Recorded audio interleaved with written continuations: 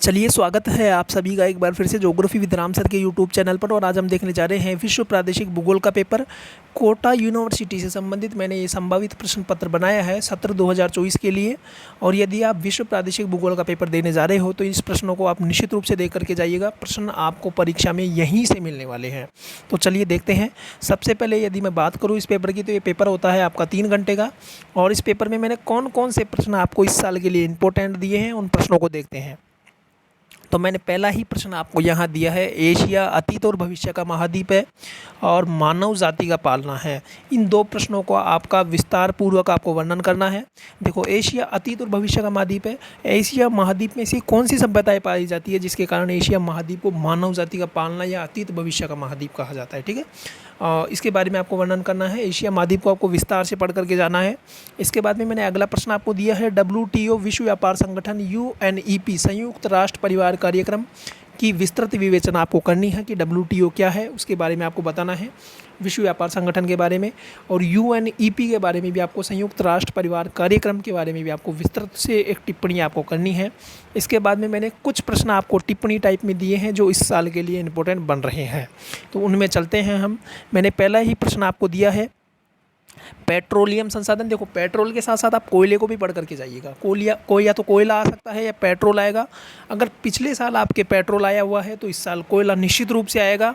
और पिछले साल यदि आपके पेट्रोल नहीं आया है तो इस साल आपके पेट्रोल निश्चित रूप से आएगा। ठीक है, अब फिर मैंने सेकंड प्रश्न आपको दिया है, उत्तरी अमेरिका में कृषि, वो भी आपको पढ़ करके जानी है, इंपॉर्टेंट है। और यूरोप के उद्योग, उत्तरी अमेरिका का उच्चावच, दक्षिणी अमेरिका की प्राकृतिक वनस्पति और यूरोप के कृषि प्रदेश। यूरोप के कृषि प्रदेश मैंने वीडियो डाला हुआ है यूट्यूब पर, आप जाकर के देख लीजिएगा। वीडियो आपको प्लेलिस्ट में इसी चैनल पर मिल जाएगी, या मैं आपको डिस्क्रिप्शन बॉक्स में इसका लिंक दे दूँगा। ठीक है, मैंने ये पढ़ाए हुए हैं आपको, मक्का पेटी से सब पढ़ाई हुई है मैंने। मक्का पेटी, कपास पेटी आप देख लीजिएगा, बहुत अच्छे से मैंने आपको सब समझाया हुआ है। आप जाकर के प्लेलिस्ट में वीडियो देख सकते हैं। मैंने बड़े लिहाज से आपको ये बता रखी है सारी पेटियाँ, आप देख लीजिएगा प्लेलिस्ट में जाकर के।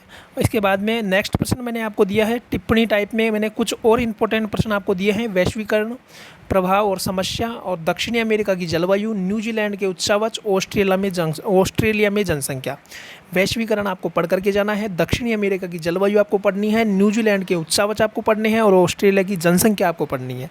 ये प्रश्न भी आपको निश्चित रूप से पढ़ करके जाने हैं। इसके बाद में मैंने अगला प्रश्न आपको दिया है, 5वां प्रश्न, एशिया की प्रमुख जलवायु विशेषताओं का वर्णन करते हुए प्राकृतिक वनस्पतियों प्रदेशों का वर्णन कीजिए। अब देखिएगा, जहाँ जहाँ प्राकृतिक वनस्पति आएगी वहाँ मृदा भी पाई जाएगी। जब आप प्राकृतिक वनस्पति को पढ़ते हैं तो आपकी मृदा भी क्लियर हो जाती है, क्योंकि मृदा के अंदर ही तो वनस्पति आती है। तो आप जब वनस्पति को पढ़ते हैं तो आप मृदा को भी पढ़िएगा, मृदा भी साथ साथ आपकी कंप्लीट हो जाएगी। इसलिए मैंने यहाँ आपको 2 प्रश्न दिए हैं, एक तो मृदा और एक प्राकृतिक वनस्पति। ठीक है, दोनों को आप पढ़िए, दोनों इंपॉर्टेंट है।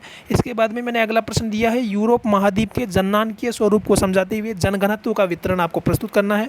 यूरोप महाद्वीप में कहाँ जनसंख्या अधिक रहती है, कहाँ कम रहती है, विरल जनसंख्या कहाँ है, उन सभी के बारे में आपको बताना। इसके बाद में मैंने अगला प्रश्न दिया है, अमेरिका के औद्योगिक प्रदेशों का वर्णन और शक्ति के संसाधनों का विस्तृत विवरण। मैंने आपको दिया है कि अमेरिका में देखिए कौन कौन से औद्योगिक प्रदेश अमेरिका में पाए जाते हैं और कौन कौन से शक्ति के संसाधन वहाँ हैं, उन सभी के बारे में आपको वर्णन करना है। आप 5 से 7 लाइन आप इनके बारे में लिख करके आइएगा, पॉइंट टू पॉइंट आप बनाइएगा। इस प्रकार से आप इस प्रश्न के उत्तर को लिख सकते हैं। इसके बाद में मैंने नेक्स्ट प्रश्न आपको दिया है, 8वां प्रश्न, यूरोप महाद्वीप के उच्चावच का वर्णन करते हुए भौगोलिक विशेषताओं को लिखिए।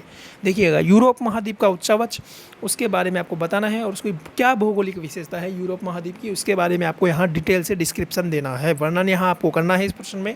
इसके बाद में मैंने लास्ट प्रश्न आपको दिया है, एशिया महाद्वीप के प्रमुख भौतिक प्रदेशों का विभाजित करते हुए अफवाह तंत्र को समझाइए। अफवाह तंत्र में आप ओब, येनीसी, लीना नदी, सरदरिया, आमू दरिया और दजला, फरात, इन सब मीकांग, मीनाम, इन सभी नदियों की आप चर्चा कीजिए।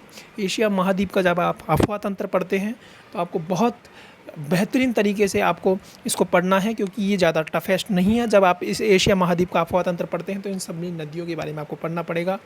और मैंने जो अभी आपको बताई है, मीकांग है, दजला है, फरात है, सीक्यांग नदी है, हांगो नदी है, इन सभी के बारे में आपको पढ़ना पड़ेगा।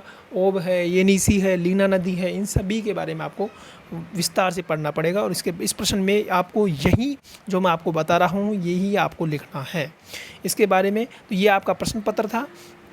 कोटा यूनिवर्सिटी से संबंधित इस साल के लिए मैंने उम्मीद करता हूँ इस प्रश्न पत्र में से आपको बहुत से प्रश्न परीक्षा के प्रश्न पत्र में देखने को मिलेंगे। और जब आप पेपर दे करके आ जाए तो मुझे रिव्यू भी दीजिएगा कि कितने प्रश्न इस पेपर में से मिले हैं, कितने प्रश्न नहीं मिले। और ये आपका पेपर था, और जब तक के लिए मुझे दीजिए इजाज़त। नमस्कार।